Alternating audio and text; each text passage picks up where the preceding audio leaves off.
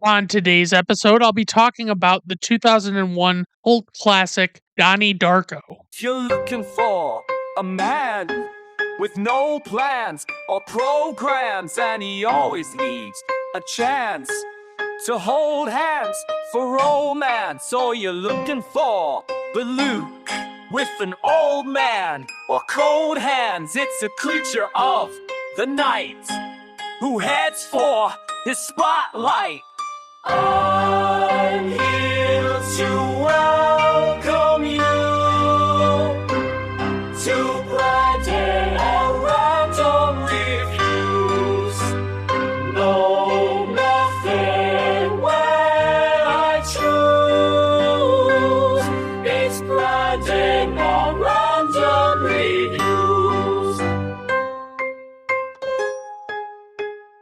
All right, everyone, welcome to Brandon at Random Reviews, covering one unsystematically chosen topic at a time. If you like listening to a guy talk about arbitrarily chosen subjects in weekly episodes, then look no further. To keep up with the newest content, you can find Brandon at Random Reviews on most major video and audio platforms, as well as all popular social media sites. If you enjoy this, please like and subscribe. I use listener statistics as an alternative currency for purchasing rabbit costumes for Halloween parties. Like I said, today's movie is Donnie Darko, released on January 19th, 2001, with a runtime of 113 minutes. This movie is rated R by the Motion Picture Association of America. Budget, $6 million. Written and directed by Richard Kelly, who also did The Box with Cameron Diaz. I think it's the one where if you push the button on the box, someone in the world dies, but like you get richer or something. And also Southland Tales. I don't know which one it's supposed to be. For the composer, we have Michael Andrews. For the cast, we have Jake Gyllenhaal, who plays the titular character Donnie Darko. He was also in Source Code, which is a solid, underrated movie. Pretty intense, really cool concept for a story. He was in Zodiac, which is one of my all-time favorites. I covered it on one of my shorter form episodes. It's just a great David Fincher movie. It's about the Zodiac killings from the 60s and 70s. It's just very intense. The tension is so well built throughout the movie. I just fucking love it. And he was also in the movie Nightcrawler, which is about a guy who is a photographer, if I recall correctly. He is basically trying to capture crimes before they happen or before the police even know about them. But I may be way off. It's been a while since I watched that one, but it was solid. I liked it. Jenna Malone plays Gretchen Ross, and she was in the movie Contact. And the only reason I really remember her, and especially remember her part in Contact, is because there is this incredibly cool special effects shot where Jenna Malone's character runs up the stairs and into a bathroom and like looks into a mirror in the bathroom and sees herself, and then somehow through camera trickery they make it look like you've seen the whole thing through the mirror, and it doesn't make logical sense. And I've seen how they recreate or how they created the actual shot, and it's fucking amazing, honestly. Mary McDonnell plays Rose Darko, and she was in Dances with Wolves with Kevin Costner. I wasn't like a huge fan of that movie, but it was pretty decent. She played, I think, the first lady in Independence Day, so it would have been Bill Pullman's wife. And solid movie. I rewatched that recently, and it was pretty fucking good. And she was also in Blue Chips. I think she was Nick Nolte's wife in that. Another pretty solid movie. Probably not like the most amazing sports movie you'll ever see.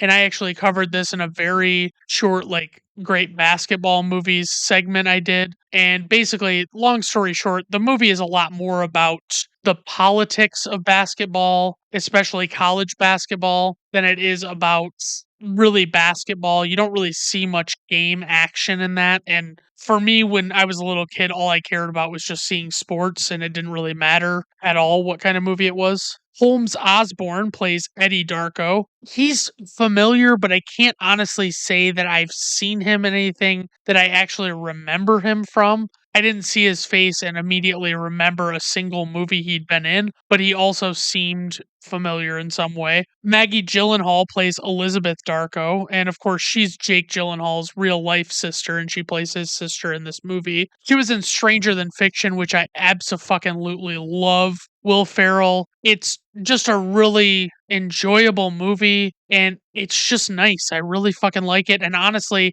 it made me develop such a crush on Maggie Gyllenhaal. The way they portray her in the movie, she's so crush worthy, honestly. She was also in The Dark Knight, notably that she was a recast when Katie Holmes couldn't play Rachel Dawes after Batman Begins, and basically just, I don't dislike Maggie Gyllenhaal. I didn't like this recasting. I didn't like the way Maggie Gyllenhaal played the part. It was just really off to me, and maybe it was just because I was thinking Katie Holmes and she did something different with it. She wasn't terrible. It was just probably, I would say she was probably the weakest part of that entire movie. She was also in a movie called Crazy Heart with Jeff Bridges, and I remember that as being like another one of those ones that kind of is in the same vein as like A Star Is Born with Bradley Cooper, where it's like it's not really a great movie, but everybody at the Academy Awards acts like it is. And it's really just an okay movie, but it's been done to death. The thing with like some guy who's like got a drinking problem and basically has to like come to terms with it and gets himself in trouble and stuff. It's just not my favorite kind of movie. I don't really enjoy those kinds. And if I actually see them, I am pretty bummed out that that's what they are. Patrick Swayze plays Jim Cunningham. I am listing a lot more of these people in this cast because this cast it's strange because it doesn't feel as deep as it really is. There's just a lot of random well-known people in it. So anyway, he plays this Jim Cunningham character. He was, of course, in Dirty Dancing, previously covered on this podcast. I really enjoy Dirty Dancing. I know it's a bit of a chick flick kind of movie, but I really like it. And he was also in Roadhouse, which is a ridiculous movie from the 80s where he plays a cooler, which is basically a bouncer that is better than a bouncer or something like the head bouncer. I don't know. I don't remember what the real distinction was between a bouncer and a cooler, but that's what he is in the movie. And Sam Elliott's also in that movie. It's really over the top and ridiculous, but it's pretty enjoyable. And last but not least, he was in Red Dawn, which is a movie I intend to cover on this podcast. Probably not right away because I try and space out movies with the same personnel in them so that it's not so similar episode to episode. But Red Dawn is about a Soviet invasion of the United States, like on US soil, and it is fucking great. I really love it. Drew Barrymore plays Karen Pomeroy. She was in The Wedding Singer, which is a great fucking rom-com with Adam Sandler. It's set in the 80s. It's a pretty fucking solid movie. It's really amusing, but it's got a lot more heart to it than most Adam Sandler movies. She was, of course, in E.T. as a very young child, and I remember E.T. vaguely. I've watched it in my adult life, but I just remember as a kid thinking that E.T. was a fucking terrifying movie. Like, there's all this shit where the government comes and they're like quarantining ET. I don't know. It's a little bit much for me, or at least it was for me as a young kid. I couldn't fucking take it.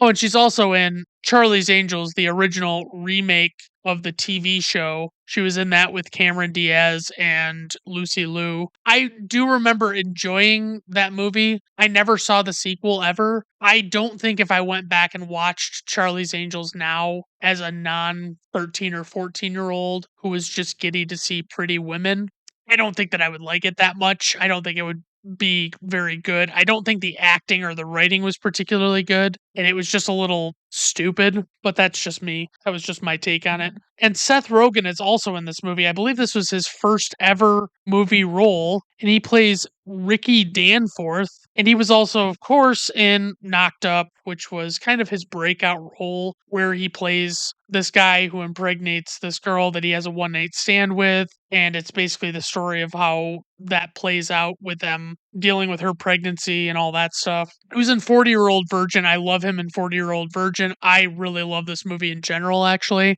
Really fucking solid. He is basically just one of the main character's many friends. You know, Steve Carell is the main character, Andy, and basically, once his coworker friends find out that he's a virgin, they continually dispense some of the most questionable advice you could possibly dispense to somebody, and it's just really fucking amusing. He was also in a movie called 50-50 with Joseph Gordon-Levitt. This is one I'm contemplating covering on this show. I love the movie. It's bordering on comedy, but it's much heavier than a regular comedy, and I really enjoy it. It's got a lot of great people in it. It's got a lot of deep fucking moments in it, and I just really love it.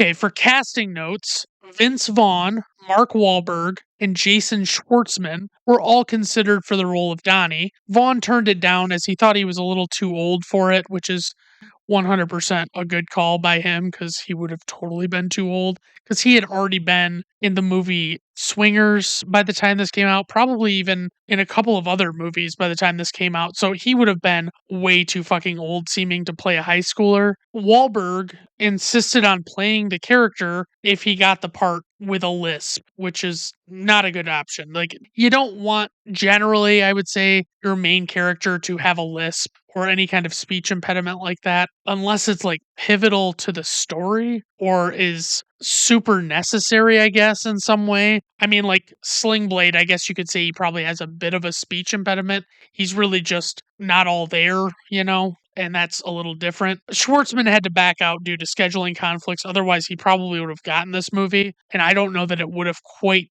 been what it became as a cult phenomenon if he would have been the star. All right, so for the plot synopsis, after narrowly escaping a bizarre accident, a troubled teenager is plagued by visions of a man in a large rabbit suit who manipulates him to commit a series of crimes.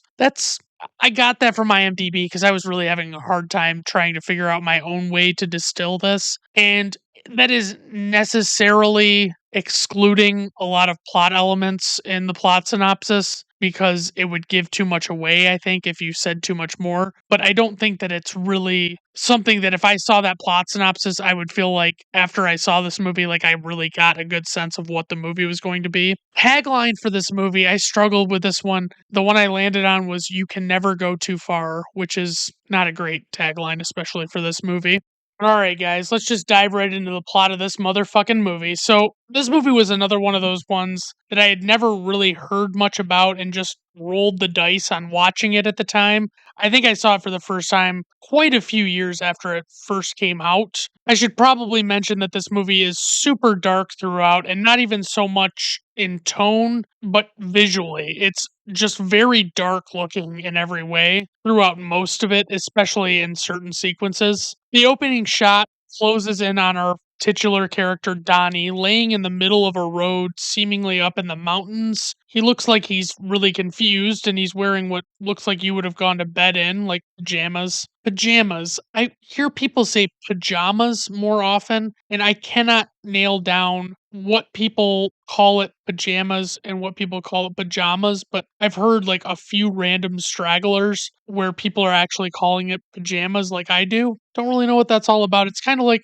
aunt and aunt. I call my parents' siblings that are female aunt and what am I talking about? I say aunt and everyone else in the free world with the exception of a few people call them aunt and I don't know what that's all about.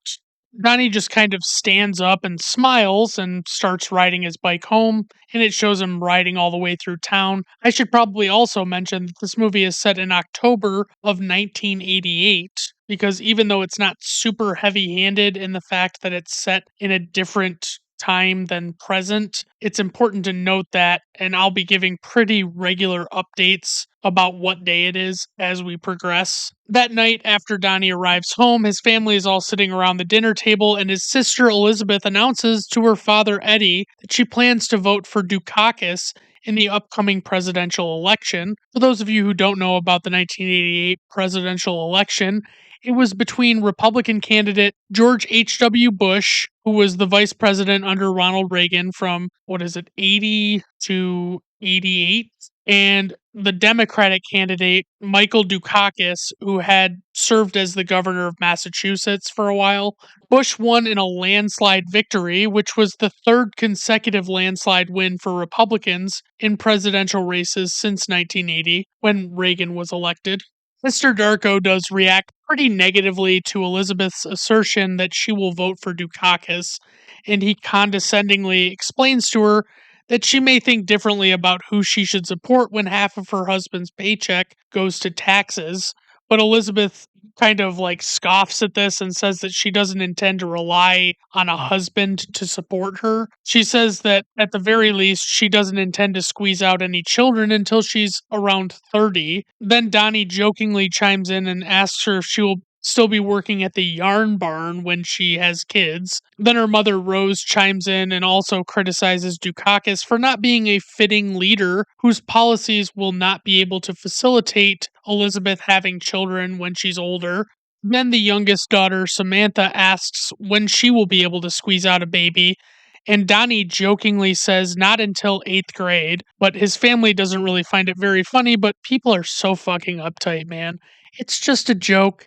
He doesn't really think that his super young sister is going to have a baby that young. He's just kidding around, all right? Just calm the fuck down. Donnie makes a comment about his parents paying a therapist $200 an hour to hear Donnie's thoughts, and he says that maybe Elizabeth should get her own therapist if she wants someone to listen to her. Elizabeth calls Donnie a dick, and then she immediately reveals that he hasn't been taking his mental health medication. The two siblings argue with each other back and forth until their parents have had enough and tell them to stop. I really love that the two of them are actually siblings in real life. It really makes their dynamic feel way more genuine, especially when they're arguing with each other. And it just gets to be awkwardly silent as everyone just sits there looking at each other for a minute. After dinner, Donnie is reading a book in his room, and his mother comes in and he angrily tells her that he's reading and to get out of his room. She crosses her arms and asks him where he goes at night, and then he again tells her to get out of his room. She asks him if he toilet papered the Johnson's house, and he said that he stopped doing that in 6th grade, which is totally a believable excuse and shouldn't be read into any more than that. She tells him that she wants to know what happened to her son, and she claims that she doesn't even recognize him anymore. So he tells her that maybe she should start taking the pills that he has to take to resolve that issue. After she leaves and closes the door, while she's still in the hallway, he calls her a bitch, and then she can still hear him from behind the door. So she's like stopping in the middle of the hallway when he says it, and she's just like reacting to it. Then, when she goes to tell her husband that her son called her a bitch, her husband simply says that she's not a bitch. And it's like, yeah, man, I'm sure that's exactly what she needed to hear. Probably didn't need any more elaboration or like a, hey, I'll go talk to him kind of thing. Seemingly the same night, the dad is up watching the presidential debate on TV and is obviously rooting for Bush as the two candidates go back and forth. We see the clock on the wall strike midnight and begin chiming as the screen goes black with white text that says October 2nd, 1988. To clarify, this happens a lot, the black screen with a white text establishing what day it is, because time and date is pretty critical to this story, you'll find out. A very gruff and distorted sounding voice says, "Wake up," and the light in Donnie's room is on, and Donnie slowly gets out of bed, seemingly in a trance, and makes his way to his bedroom door and down the stairs as the voice keeps talking to him.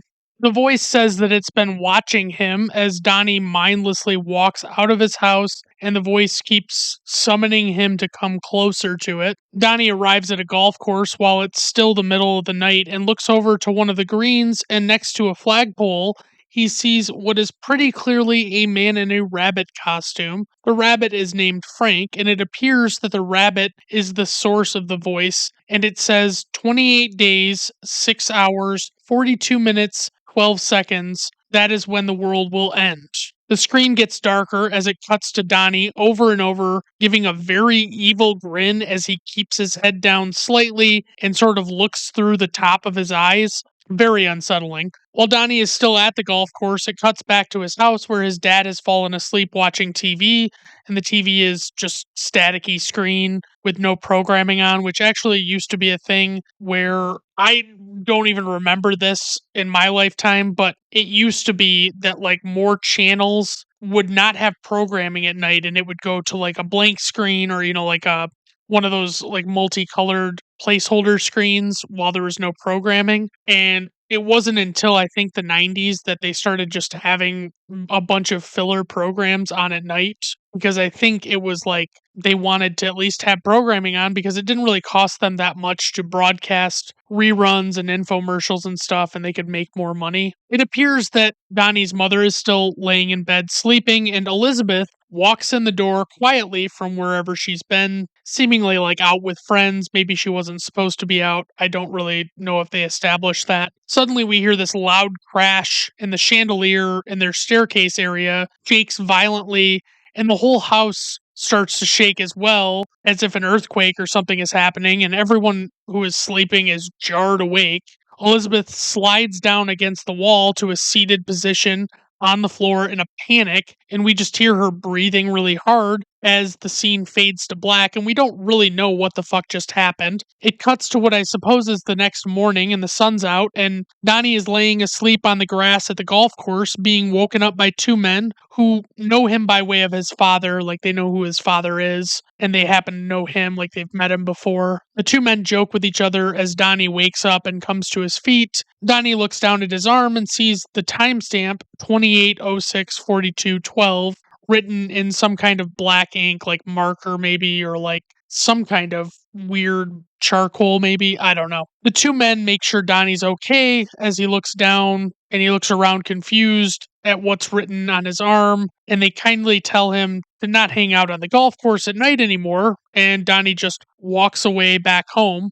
Donnie gets back to his house, and there is a police barricade in front, and a big crowd has gathered, and people are asking him what happened to his house. Donnie just casually walks through the barricade, and the police officer does a really mediocre job attempting to stop him. And Donnie just tells him that it's his house. Donnie looks over to see that a crane is lifting a severely damaged jet engine that seems to have crashed into his house, but not like the whole jet, just the engine. His family is outside and relieved to see him as he's walking up because it appears that the engine actually hit his room and they had feared for the worst about his fate. While all of the noise is going on from the machinery running, a man from the FAA, the Federal Aviation Administration, approaches Donnie's parents and asks to speak to them in private. The two of them reluctantly agree and leave the kids standing there while they go over and talk to the FAA guy. The two of them sign some papers, and the man explains that they will be put in a hotel until they can repair the house. Elizabeth smiles as she explains to Donnie that no one seems to know where the fuck the engine came from or how any of this happened. It cuts to Eddie and Rose laying on a bed in the hotel, and Eddie asks Rose if she remembers some guy named Frankie Fiedler from school and explains that he died on his way to prom, and the people said that he was doomed, and that they could probably say the same thing about Donnie, which is just kind of a weird thing to like say as an observation to your wife about your child, but it is what it is. The kids are in a separate hotel room, and Samantha is asking about what happened, and Elizabeth just tells her that they don't know. Like, they have no fucking idea where this jet engine came from, and they don't understand how no one could possibly know.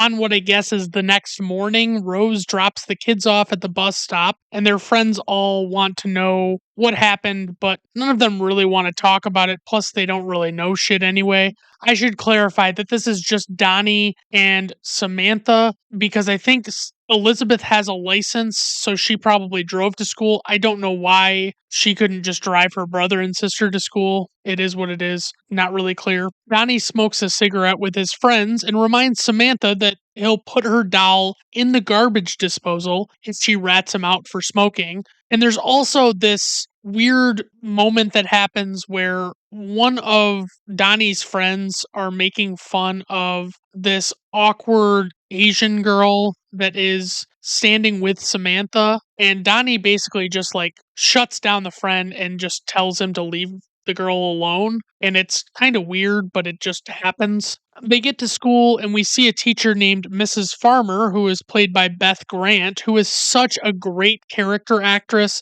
She always plays such a stuck up bitch in everything. I fucking love her. One of the few things that feel particularly 80s about this movie are the songs. So, like the song Head Over Heels by Tears for Fears plays during this sequence while they're showing all of these people walking around at the school. The teachers are introducing themselves to each other, but it's one of those stylized sequences where you can't really hear any audio in the scene, and the only thing you can really hear is the song playing, and it's mildly slow motion. It's very weird. It cuts to a scene in one of Donnie's classes where Miss Pomeroy, played by Drew Barrymore, is teaching some kind of literature class.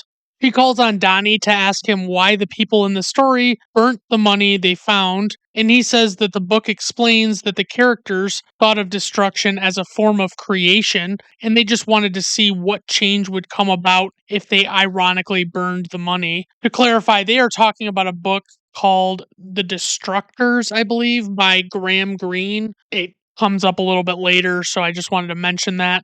Suddenly, this new girl named Gretchen Ross arrives in class and explains that she was accidentally registered in the wrong English class originally, and they corrected it, and that's why she's late. Gretchen is played by Jenna Malone, and if you're not familiar with who she is, she kind of reminds me of Kristen Stewart, but perhaps a little bit more personable. I don't know. Gretchen asks Miss Pomeroy where she should sit, and Miss Pomeroy tells her that she should sit by the boy that she thinks is the cutest. And I think it's pretty safe to say that if you were a teacher who said that in any setting, at any grade level in this day and age, you'd go right to jail. Like, just immediately arrested, and you'd go straight to jail. Gretchen awkwardly stands there looking around at all the different boys in class, and some of them are making eyes at her like they want her to sit next to them. And then she casually walks up and sits next to Donnie, who made no such gestures toward her. He just kind of looked back at her. Donnie and his dad are riding home from school, and the dad is talking about how they were told that it was going to take about a week to fix the roof where the engine damaged the house. And he explains to Donnie that they still don't know what happened or where the engine came from, or rather, the FAA won't actually share the information with them, which seems pretty standard. Eddie explains to Donnie that he signed an NDA that doesn't allow him to talk to anybody about it, and Donnie finds it pretty amusing that he had to agree not to talk to anybody about something that no one seems to know anything about anyway. Suddenly, Donnie has to get his dad to pay attention to the road as there's some strange old woman standing in the middle of it that he almost hits. But luckily, he comes to a stop before actually striking her, and she seems completely clueless that anything is even going on. They get out and make sure she's okay, and she acts as if nothing happened and checks her mailbox, which is empty, and Donnie tells her no mail today, maybe tomorrow. And then she whispers something that we can't hear into Donnie's ear and then heads inside her house. Eddie asks Donnie what she said to him, and Donnie never answers before it cuts to the scene with him and his therapist, Dr. Thurman. Donnie explains to Dr. Thurman that he made a new friend who is imaginary and is named Frank. He explains to her that Frank told Donnie to follow him into the future and said that the world is going to come to an end. She asks him if he thinks that the world is actually coming to an end, and he says no and that that's stupid. It cuts to class where Donnie and the other kids are watching a video that the teacher, Mrs. Farmer, is playing for them of a motivational speaker named Jim Cunningham. Cunningham is played by Patrick Swayze. The video for his service is pretty fucking stupid, but it's very well done in this movie in that it feels like a real video that someone would make if they were a motivational speaker that toured high schools. It's pretty clear that Mrs. Farmer thinks Jim Cunningham is just wonderful and gets very irritated with students who find the video stupid or don't want to really engage with it. The service is called Controlling Fear, and Mrs. Farmer literally just watches it in complete and utter joy as it continues. To be clear, Jim Cunningham has what I refer to as snake oil salesman vibes, meaning that he can probably make a decent amount of money off people who are too dumb to realize what a scam he's running. It cuts to that night when Donnie is sleeping on the couch and Frank's voice tells him to wake up. To be clear, Jake Gyllenhaal does an amazing job of switching into a more deranged look during these sequences where Frank is telling him these random things to do. It shows Frank in the rabbit suit, and suddenly Donnie is walking around wielding an axe that he is resting on his shoulder. Donnie walks up and swings his axe at what appears to be a big water pipe, but it suddenly cuts back to him sitting on the couch, and it's not clear if he maybe just hallucinated all of that or not. Or I should say, it's clear he's hallucinated this whole thing, but it's not clear how much of it actually might have happened in real life, and he was just seeing it as a hallucination. As he sits there on the couch, we hear water rushing, presumably from the pipe that he cut into with the axe. Cuts to a screen that says October 6th, 1988. 24 days remain. The next morning, Donnie and Samantha are again standing at the bus stop waiting, and two female students randomly run up to them. The two girls explain that their mom said that the school is closed that day due to some kind of flooding, and the kids rejoice that they don't have to attend school that day. And I mean, it'd be like, fuck yeah. There is nothing more amazing than finding out you don't have to go to school, especially on a day when you weren't even expecting it. Amazing. Just perfect. It cuts to Principal Cole talking to a maintenance man who is explaining to him that there is a busted water main and that 12 of the classrooms in the school are flooded. He also shows him that the dog statue outside has a giant axe buried in the head of it, and no one seems to know what to make of that. And it cuts to a different shot of these school officials looking at the axe in the statue, and we see on the ground in black spray paint the words, quote, "They made me do it," end quote. Donnie walks up to two school bullies who are creepily talking to Gretchen at a sidewalk corner, and Donnie tells the three of them that school was canceled, and Gretchen asks him if he'll walk her home. One of the two bullies is named Ricky and is played by Seth Rogen, by the way. The other bully is named Seth, and I don't recognize the actor, but I'm pretty sure I'm going to tell you what his name is later. Dan tells Gretchen that she should probably check her backpack because those two guys have a tendency to steal shit from people.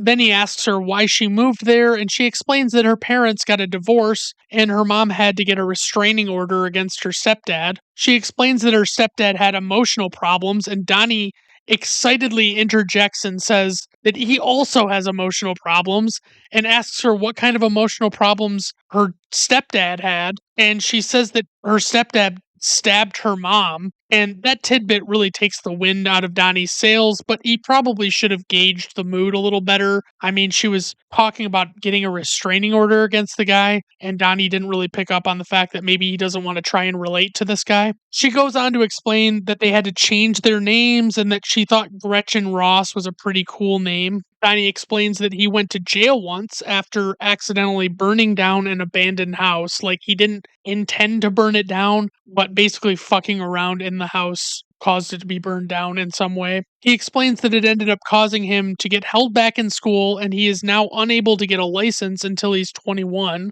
He explains that he has taken to new hobbies to get away from the more destructive ones in his past, like painting and writing and things like that. She tells him that Donnie Darko sounds like a superhero alter ego name, and then he kind of suggests that he might actually be a superhero. Gretchen awkwardly deflects this weird interaction by saying that she has to go write a paper on the greatest invention to benefit mankind. Donnie is familiar with the teacher that the assignment is for and says that she should choose antiseptics because before them, there was no real sanitation in the world, especially as it pertains to medicine. Donnie says that he's really happy that school got flooded that day because if it wouldn't have been flooded, they would have never gotten to have had that great conversation. And Gretchen just seems a little perplexed by the notion that Donnie thought that this conversation was so great. She tells him that he's weird, and as he apologizes for his behavior, she stops him and says that it was a compliment and that she likes that he's weird. Donnie very awkwardly asks her if she would like to go with him. Gretchen misunderstands this and asks him where he wants to go, and he explains that this is how they say it around there. Two people are going together like dating, and Gretchen agrees to go with him. Gretchen turns to walk away, and Donnie asks her where she's going, and she just says that she's going home, And Donnie feels like an idiot, but that's life sometimes, you know? I mean, I can't tell you how many times I have talked to a woman and felt like a moron afterwards. Them's the breaks, kids. Donnie has another therapy session with Dr. Thurman where she hypnotizes him. Dr. Thurman explains that when she claps her hands twice, that's when Donnie should snap out of his hypnosis. She asks him about his week, and he explains how he met Gretchen and how the two of them are now going together. She asks him if he still thinks about girls a lot, and he says yes. And then she asks him how school is going, and it's like he doesn't register that question at all and continues saying that he thinks about girls a lot. Dr. Thurman explains that she asked him a question about school, and he says that he thinks about girls at school a lot, and he thinks about fucking. Donnie veers off into a weird tangent about thinking about married with children and wanting to fuck Christina Applegate. Dr. Thurman attempts to course correct as Donnie goes off on a tangent, and she asks him about Frank, and suddenly she realizes that Donnie has unzipped his pants and is reaching into his pants, and she has to suddenly clap twice to snap him out of the hypnosis, and he wakes up shocked by the state he's in, and he awkwardly zips and buttons his pants back up, and it cuts to him in class with Miss Pomeroy again. The police are there having kids write the phrase, "they made me do it" on the chalkboard one by one, trying to basically identify who wrote that on the ground or the sidewalk around the statue. It cuts to the bathroom where Donnie is going to wash his hands and is confronted by one of the bullies, Seth Devlin. Seth asks Donnie if he had been telling people that Seth was the one who flooded the school, and Donnie says he didn't say shit. And Seth says that that's not what he heard, and Donnie says that if he's innocent, he has nothing to worry about, which is not a great thing to say in this moment for Donnie, but he says it anyway.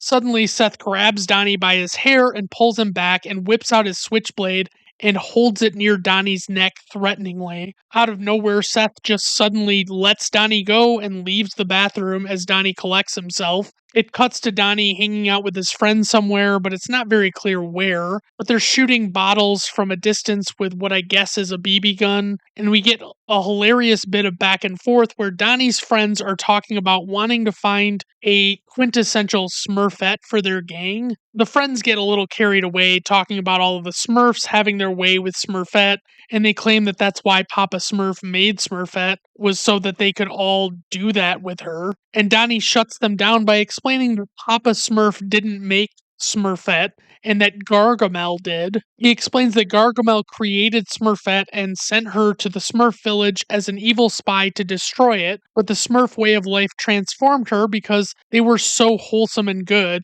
And then he caps it off by explaining that the whole gangbang scenario could never happen because Smurfs are asexual and don't have reproductive organs inside their little pants. The friends are speechless after Donnie's rebuttal, and they look over to see that Mrs. Farmer is honking and has to stop to get out of her car on the road because she almost ran into the same old woman that Donnie and his dad almost ran into before. Mrs. Farmer threatens to call social services on the old woman, and for clarity's sake, the kids refer to the old woman as Grandma Death. Donnie says that Grandma Death is age 101 and that all she seems to do every day is go out and check her mailbox. It cuts to an emergency PTA meeting at 7 o'clock that night where the teachers and parents are gathered, and the principal explains that the police have been conducting a full investigation of the cause of the school flooding. He goes on to explain that several of the suspects in the vandalism are their own students, and suddenly Mrs. Farmer interrupts holding the book The Destructors by Graham Greene from Miss Pomeroy's class, asking why it's being allowed to be taught in their school. The principal attempts to get Mrs. Farmer to calm down and wait her turn to speak, but she continues on. She explains that because she has a child that attends the school, and she is also a teacher there, that she bridges the divide between the parents and the teachers at PTA meetings. And I want to explain, if I haven't been clear enough, Mrs. Farmer is the quintessential Karen, up in arms about the dumbest stuff in the world, is generally unpleasant to deal with, and thinks she knows better than everybody else. It cuts back and forth between the PTA meeting and Donnie in a dimly lit bathroom, looking in a mirror and talking to Frank. And Frank is assuring Donnie that he got away with the damage that he caused at the school that resulted in the flooding. Donnie sees Frank in the mirror, and when Donnie touches the glass, it's as if it's simply a force field between the two of them, and it kind of ripples where he touches it. It's like it's not really a mirror. When it cuts back to the PTA meeting, Mrs. Farmer is complaining about the book, and she's still going on about it and says that it has eerily similar elements that parallel the events with vandalizing the school and causing the flood. Rose Darko asks Mrs. Farmer what she's talking about because the PTA does not ban books as a rule, but Mrs. Farmer asserts that the book in question is pornography, and Miss Pomeroy chimes in to say that the book and its subject matter is meant to be ironic. But Mrs. Farmer tells her to go back to grad school. I gotta say, calling a book like this pornography is just the kind of hyperbolized rhetoric people love to use to manipulate the masses. Calling it pornography when it clearly is not is just ridiculous. And there's a joke in this moment that I really didn't understand the first time around because Mrs. Darko asks Mrs. Farmer if she even knows who Graham Greene is, and Mrs. Farmer says that she's seen Bonanza or that they've all seen Bonanza before. Joke here is that Graham Greene is both the name of the author of the Destructors that they're discussing and the name of an actor who is usually the guy who plays like every American Indian character in every movie from the early 80s until 2025 when he passed away. It's just he is very commonly in that role. And he was actually in Dances with Wolves with Mary McDonnell, who plays Rose Darko. But apparently, Mrs. Farmer is so clueless that she doesn't even realize that neither of those people had anything to do with the popular Western TV show Bonanza that ran for 14 seasons from 1959 until 1973 and had 431 episodes.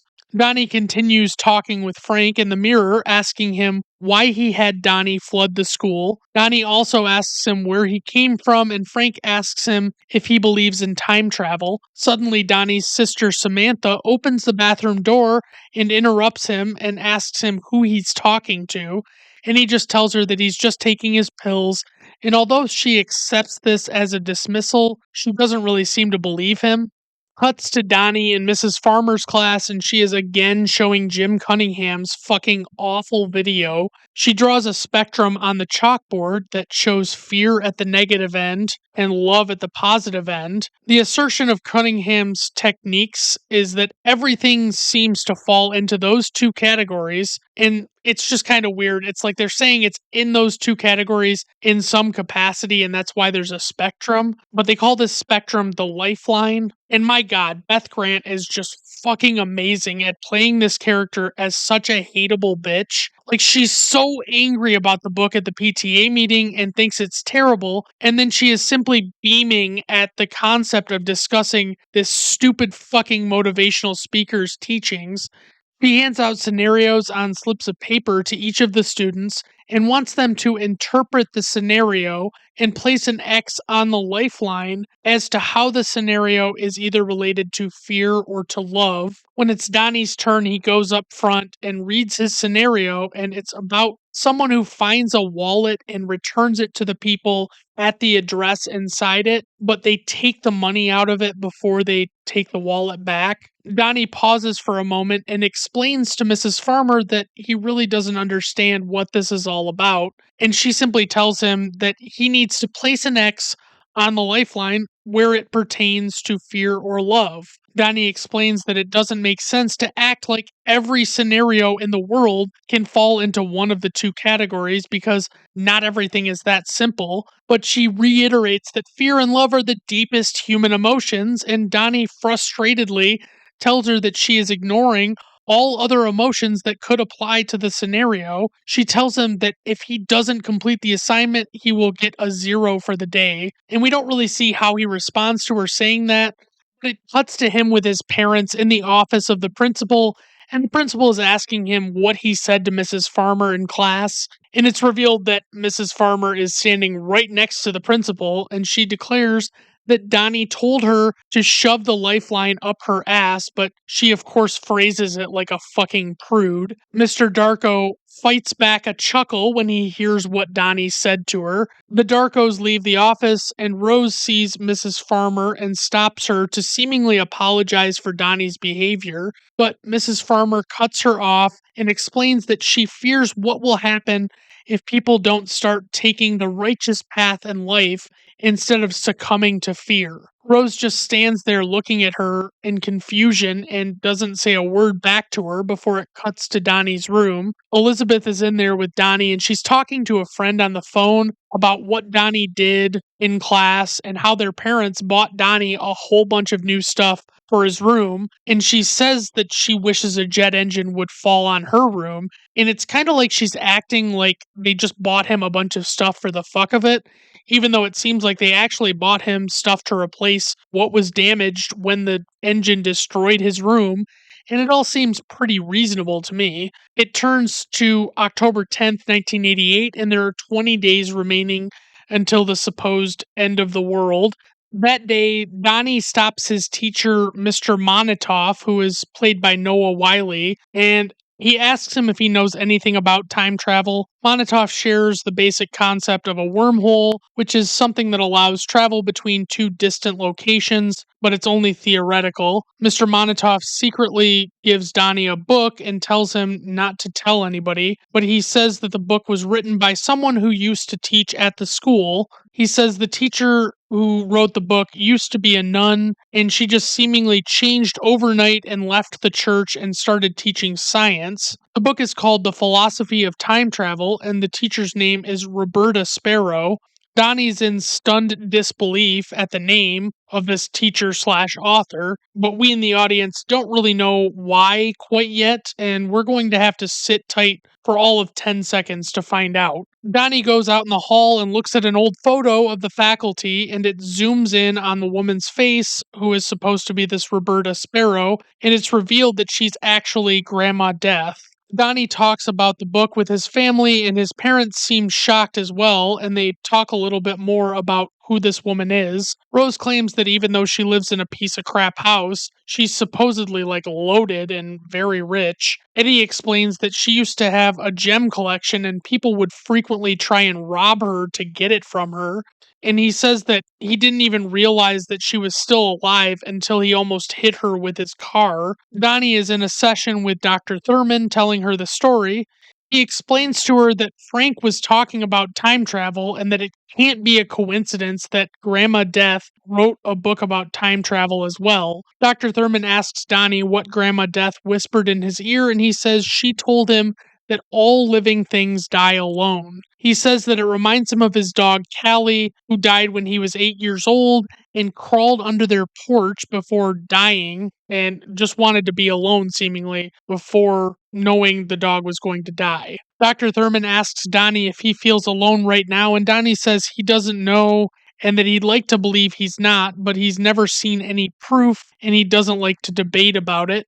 Donnie basically just says that the whole idea is absurd, and she questions him about whether or not he actually thinks the idea of finding God is absurd, and he just says that it's absurd if everyone dies alone. Dr. Thurman asks Donnie if that scares him, and Donnie just says he doesn't want to be alone. It cuts to Rose talking to who I guess is another mother, and she's carrying on about how great the motivational speaker Jim Cunningham is, and how he made her realize that she lived her entire life in fear before she learned his teachings. And then the mother says that she can't believe Jim is single, and it's just super fucking weird how much she's fawning over this guy. It cuts to Donnie watching a football game on TV with his dad and a couple of other people. Like, I think it's one of his friends that we've seen before, and maybe his friend's dad.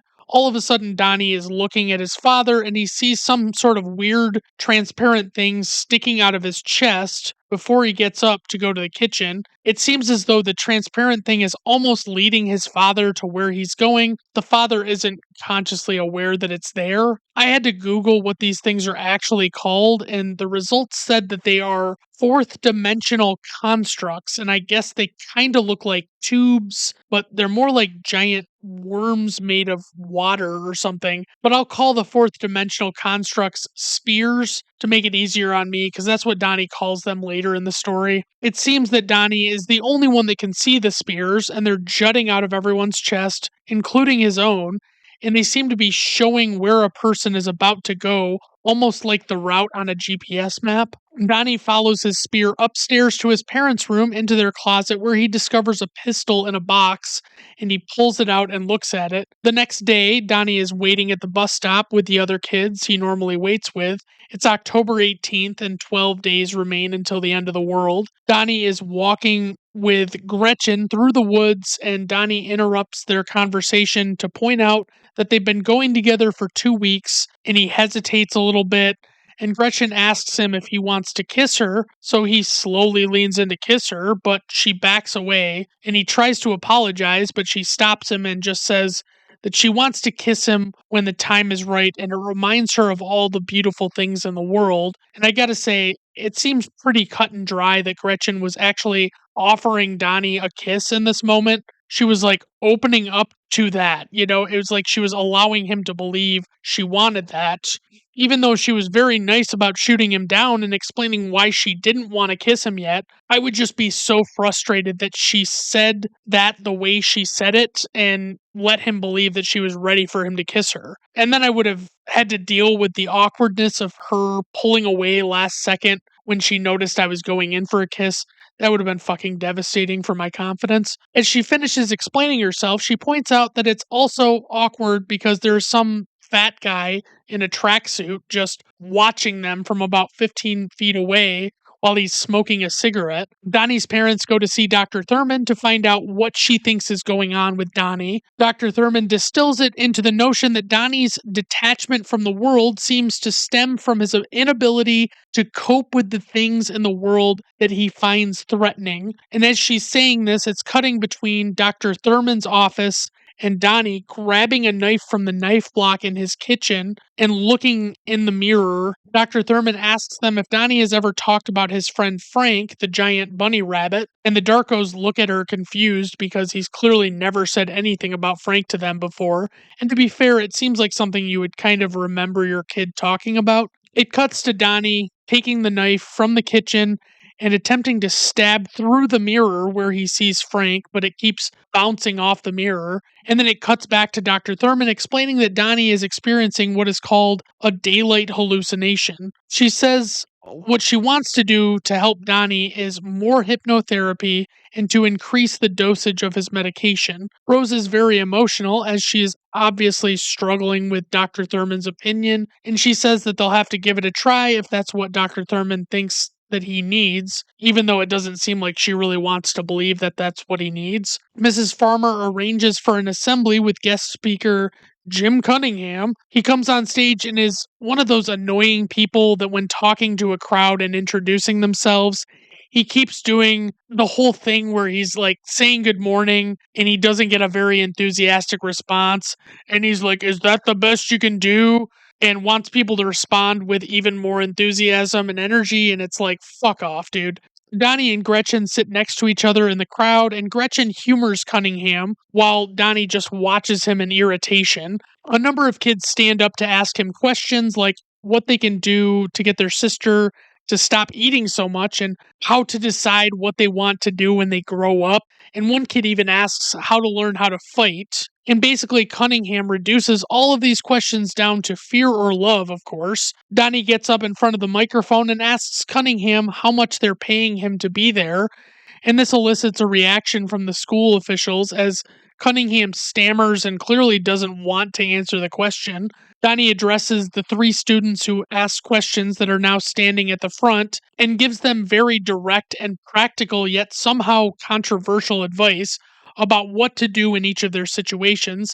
He says the sister who is eating too much should go get off the couch and try out for field hockey or something. He tells the kid who doesn't know what he wants to do when he grows up that that's a struggle everyone has. And he tells the kid who wants to learn how to fight that maybe he should lift some weights or take karate lessons so that the next time the bullies shove his head into the toilet that he can kick them in the balls. Cunningham cuts Donnie off and goes on and on about how Donnie is so full of fear and it's really heartbreaking for him to see. And Donnie tells him that although that all may be, he still thinks Cunningham is the fucking Antichrist, and all the students in the crowd cheer Donnie on as the principal comes over and removes Donnie from behind the microphone and takes him out of the assembly. Donnie is ranting about how terrible he thinks Cunningham is to Gretchen later, and she asks him if he's okay and tells him to calm down. Donnie asks her if she knows who Grandma Death is, and Donnie shows Gretchen the time travel book and explains to her that he has been seeing a lot of things that are talked about in the book, and he says that it can't just be a coincidence. Donnie goes back to see Monotov to ask more about some of the elements of the book, and he talks about the spears and asks if wormholes can appear anywhere, anytime. And Monotov says that it's pretty unlikely that they would just appear randomly. He says that it would take an act of God, and Donnie asks if this means that everything would be predetermined, but Monotov doesn't follow Donnie and what Donnie's saying because Donnie's having a lot of trouble articulating this to him. Monotov explains to Donnie essentially that if people could see their fates manifested visually, that it would give them the option to deliberately defy their fate and all predetermination would cease to exist. And then Donnie says that that's not true if everything is happening in God's channel. And Monotov says that he has to end the conversation because continuing on with this kind of discussion would cause him to potentially lose his job. Donnie is out walking and finds Jim Cunningham's wallet on the sidewalk and is astonished by the discovery. Frank's voice whispers to him that now he knows where Cunningham lives.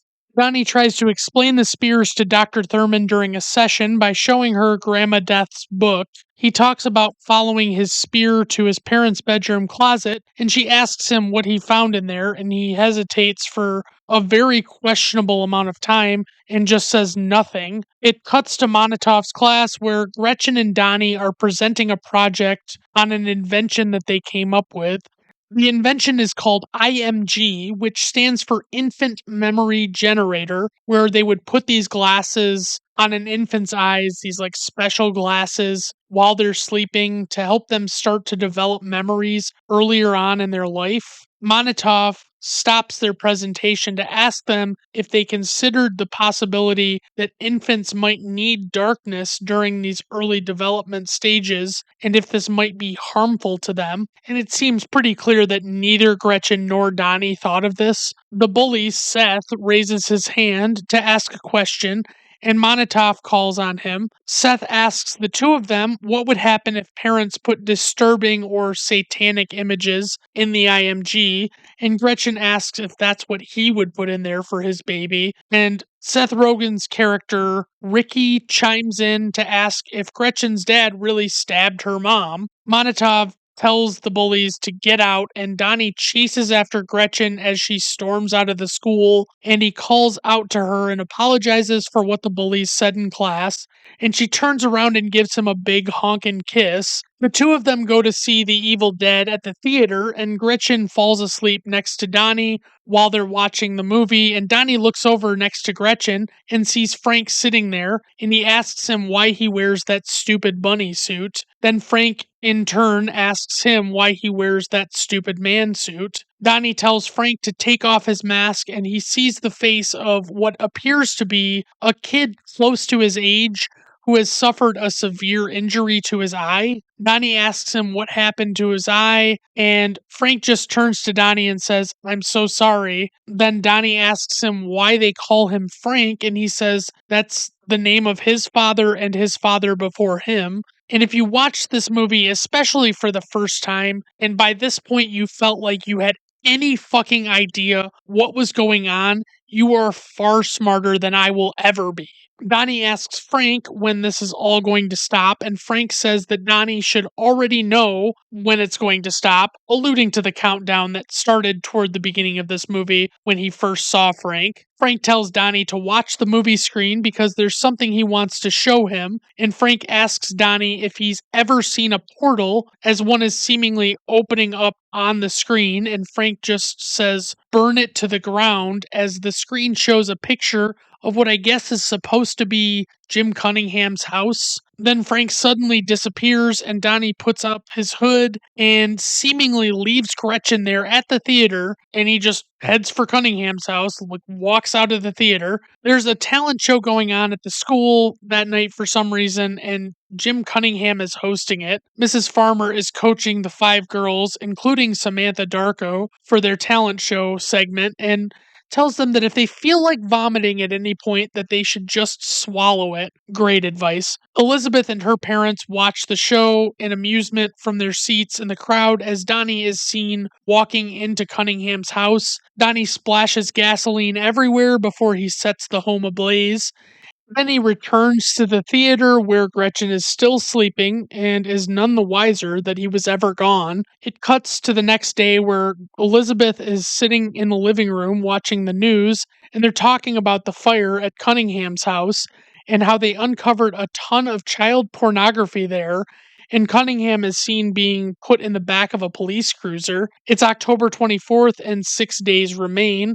Then the principal is talking with Miss Pomeroy in his office, and she asks him exactly what it is about her methods that he has a problem with, and he says he doesn't want to get into a debate with her. She expresses her concern over the growing apathy among the students as they're forced to deal with the prescribed curriculum, but he basically just tells her that she's fired and she can finish out the week and that he's sorry that she failed, even though that's not really what happened, and he's basically just a big fucking piece of shit.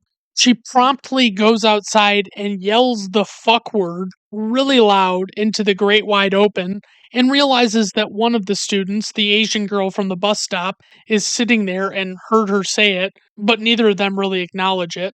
We see Mrs. Farmer rejoicing over the news of Miss Pomeroy's firing with the principal, and suddenly someone comes up to her and shows her the newspaper with the article about Cunningham getting charged for the child pornography ring, and of course, the revelation destroys her. Mrs. Farmer comes to the Darko house, and Rose answers the door, and Mrs. Farmer explains that she is spearheading the defense of Jim Cunningham and that it's obviously some kind of conspiracy against him. The purpose of Mrs. Farmer's visit is to ask Rose to cover for her on the trip with the dance troupe of girls to LA because she can no longer go and she's needing to stay there for Cunningham's arraignment. Rose reluctantly agrees to chaperone the girls on the trip, and she goes up to Donnie's room and sees the drawing Donnie has of Frank on his calendar.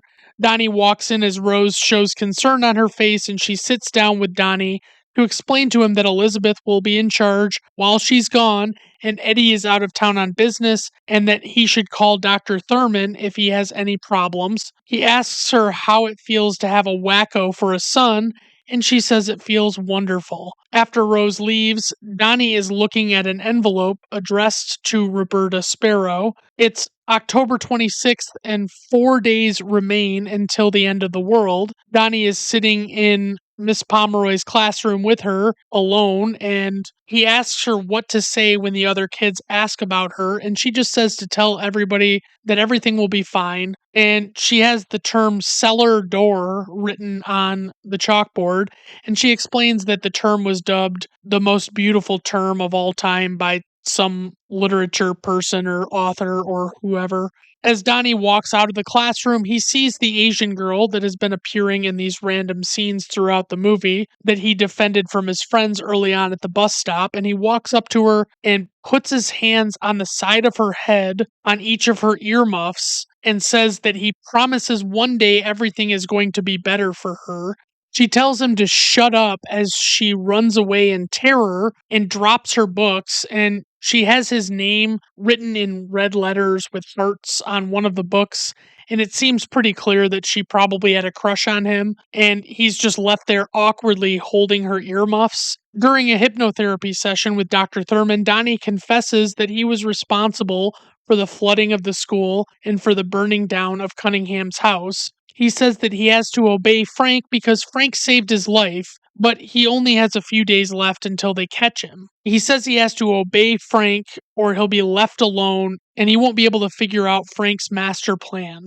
Dr. Thurman asks him, as she reels from the shock of his confession, if he now believes in God, and he ignores her question and says he has the ability to build a time machine now.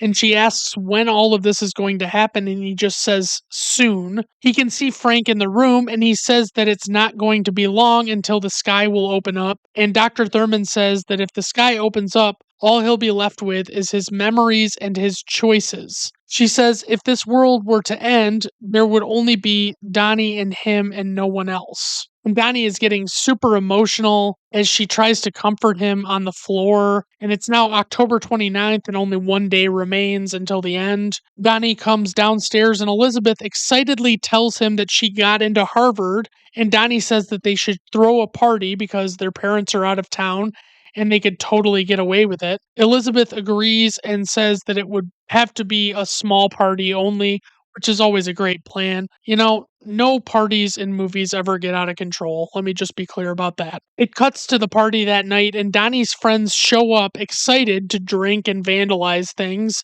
And Dr. Thurman calls their house and no one answers. So she leaves a message telling Rose to call her as soon as possible because obviously she's pretty concerned about what's going on with Donnie. Gretchen comes to the door and Donnie answers and she seems very distraught and he asks her if she's okay and she just says her mom's gone. They go upstairs to a bedroom for privacy and Gretchen explains that she got home and her mom didn't leave a note and left the house a mess. She says that she called the cops and they said that she should leave the house and go to a safe place, and Gretchen suspects that it was her stepdad who was behind everything. I do find it a little bizarre because my assumption is that Gretchen is not 18 or probably even particularly close to being 18. And I can't believe the police would just tell her to go find someplace safe to stay instead of taking that into their own hands and coming to get her and make sure that she is safe.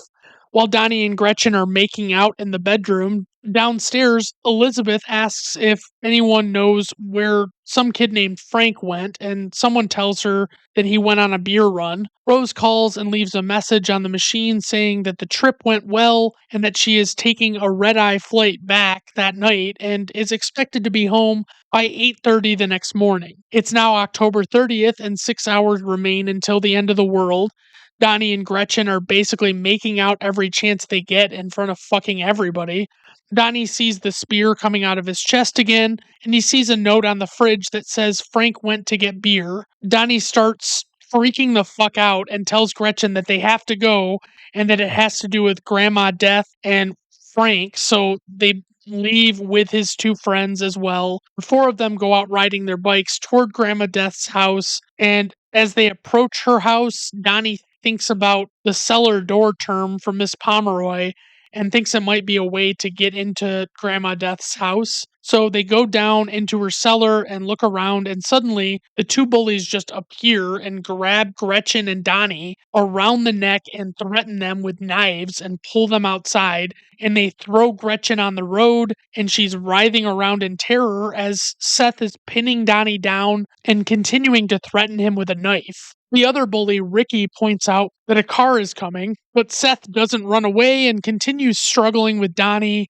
And he looks up and sees the car and asks Donnie if he called the cops. And Donnie just says, Deus Ex Machina, before it's revealed that it's just a regular car, but the car comes through and runs over Gretchen, who is still laying in the road. Donnie walks over to Gretchen and continues repeating her name as the car passenger in a clown costume gets out of the vehicle that has come to a stop, and Donnie is repeatedly telling Gretchen to wake up.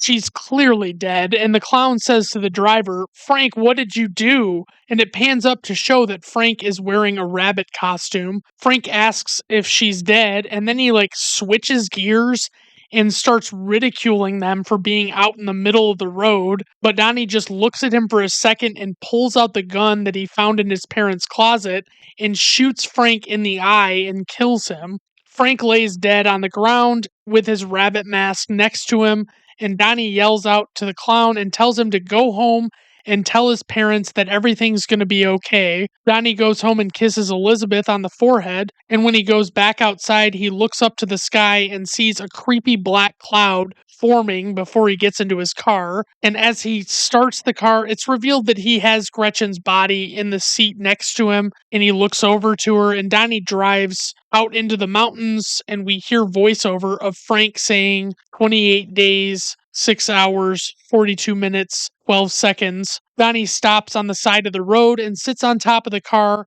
and watches as the cloud formation dips down toward the city. It cuts to Rose on the airplane with Samantha, and it replays the audio of Donnie talking to Monotov about time travel. And suddenly, something happens on the plane as if they're crashing or something. It's like a bunch of turbulence, like really severe turbulence. And it shows Donnie getting back in his car and looking at Gretchen's lifeless body in the passenger seat. And it's revealed that the engine was actually falling off the plane that was creating the turbulence. And that was what his mother and sister were on, was that plane coming back from LA. And they went through a wormhole, and basically just the engine went through the wormhole and it landed on their house in a different timeline. And we see pivotal scenes of the movie in reverse, and it reveals that Donnie left the letter in Grandma Death's mailbox, talking to her about her book and all of the amazing things that have been happening to him. It suddenly cuts back to the night that Donnie's bedroom was hit by the jet engine, but this time, instead of wandering off to the golf course, he chooses to stay in bed and sacrifice himself as the engine destroys his room so that Gretchen and Frank wouldn't die, but he would. It shows that it's October 2nd, 1988, again, like it was at the very beginning of the movie. Dr. Thurman awakens in bed, confused about what has happened, and the cover version of Mad World by Gary Jules plays. It shows Miss Pomeroy and Mr. Monotov peacefully sleeping, and it shows the rest of the characters that have appeared throughout the movie. Then it cuts back to the Darko house, and the FAA agents are outside, just like they were at the beginning, and the Darkos are looking at the wreckage of the house, crying over the loss of Donnie. And a truck hauls a flatbed trailer away from the house that has the jet engine loaded on top of it. And Gretchen rides up to the house on her bike and asks what happened to a boy that's standing outside. It's one of the Darkos' neighbors. And he says that his neighbor was the victim of a horrible accident where he was smushed by a jet engine. The boy asks Gretchen if she knew him, and she just says no as she looks over at Rose. Gretchen and the boy wave at Rose as she waves back, and we roll credits. All right, so trivia for this movie. At the wrap party for the film, Seth Rogen and Jake Gyllenhaal agreed that they had absolutely no idea what the movie was about. The Aero Theater in Santa Monica, California, where the film's theater scenes were shot, has an annual tradition of playing Donnie Darko on Easter. Jake Gyllenhaal uses the strategy of rarely blinking to enhance his psychotic creepiness in this movie, as he is driven by Frank. This movie was filmed over a period of 28 days, which matches the length of time depicted in the film. In the movie theater scene, Richard Kelly originally intended to have Donnie and Gretchen going to see Chud, Chud, from 1984. I've heard of this, but I don't know what the hell that is. However, there were problems with finding out who actually owned the rights to the movie. Finally, Sam Raimi came to the rescue by allowing Kelly to use and distort footage from The Evil Dead from 1981 free of charge. This scene was filmed at the Aero Theater at 1328 Montana Avenue in Santa Monica, California. The Aero closed in 2003 but reopened in 2005. And that's just a nice little tidbit that has nothing to do with Donnie Darko. Writer and director Richard Kelly came up with the idea for the future blob spears while watching football. John Madden used a telestrator where he diagrammed a paused video to show where the players were about to go moments before letting the tape roll. Kelly watched this while high and started to think about what would happen hypothetically if someone upstairs was doing that to humans, like God or some kind of deity, I guess. Fittingly enough, Donnie first notices the future blobs while watching a football game. The director's cut greatly alters the pacing of the film, adding deleted scenes, new visual effects, and switching the soundtrack of the movie around. Richard Kelly regards this version not as a director's cut. This title was a publisher's idea. He considers the theatrical version just fine in its own right. Instead, to him, the new version is a special edition of sorts. On the set of Charlie's Angels from 2000, Drew Barrymore and Richard Kelly agreed that her production company, Flower Films, would produce this film for 4.5 million and that Barrymore would play Miss Pomeroy. Kelly says that if Barrymore hadn't stepped in, the movie would have either gone straight to video or cable television via Stars. At one point, when it looked like the film was going to be released directly to home markets, Christopher Nolan was also one of the influential factors in securing it as cinema release. I don't know about that tidbit, honestly. Like, I think Memento would have been out by now, and maybe it's true. Maybe he did have a hand in it. It just seems like a really weird little piece of information. Patrick Swayze wore his own clothes from the 1980s for the film. At the start of the movie, when Donnie rides his bicycle back into town, right after he passes the two ladies out power walking, Frank drives by in his red Trans Am. The original advertising material featured a crashing plane opening close to September 11, 2001. Naturally, this was all pulled, resulting in the film tanking at the box office due to a lack of advertising. It gained its audience when it was released on DVD, becoming a runaway hit and attracting cult attention. During conversations about sex with his therapist, the script had Donnie's fantasies be about Alyssa Milano. This had to be changed to Christina Applegate due to legal reasons. Initially, Richard Kelly sought permission from the estate of Peyo, the Smurfs, to show a Smurf doll for Donnie and his friends to shoot at. While on the same conference call, Kelly was told that Donnie would also be allowed to talk about Smurf sex because what had been written in the script was considered an accurate description of Smurf lore, I guess. All right, on to info and ratings. Opening weekend, $110,000, which is painfully low. Worldwide gross, 7.4. IMDb rating, 8.0. Letterboxd rating, 4.0. Rotten Tomato Critics score, 88%. Rotten Tomato Audience score, 80%. Personal rating, 5 out of 5 stars. Praise for this movie.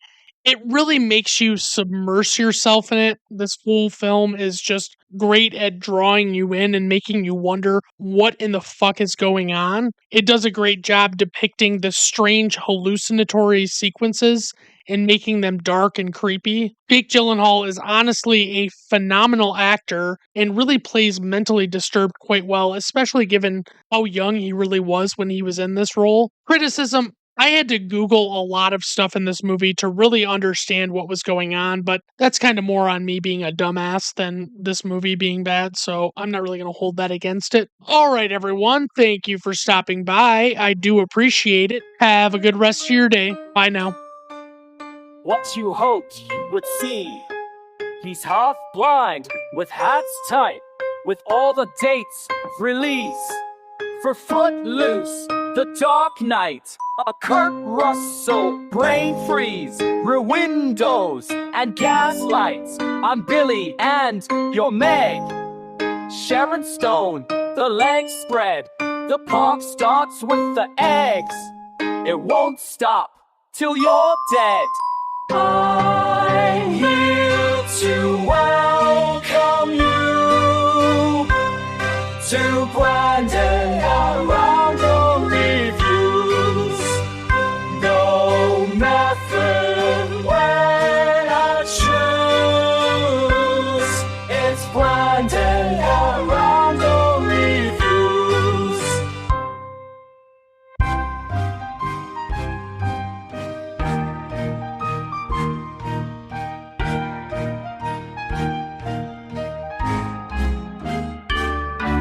You're looking for a man with no plans or programs. If you're looking for a man with no plans or programs, and he always leaves a chance to hold hands for romance, or you're looking for the loop with an old man or cold hands, it's a creature of the night who heads for his spotlight. I'm here for my fleet, oh, for his diet. I'm here to welcome you to Brandon and